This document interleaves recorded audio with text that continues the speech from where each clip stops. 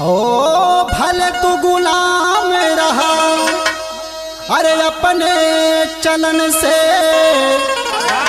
हर दई गया आजादी भीम अपने कलम से।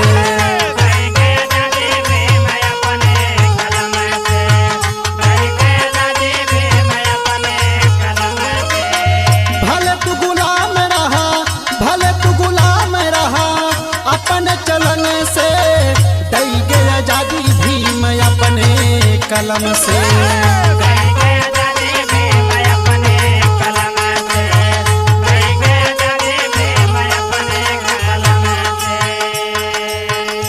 बाबा साहब के वो संघर्ष याद करा, कैसे कैसे इस समाज के आजादी दिलौलन। कहे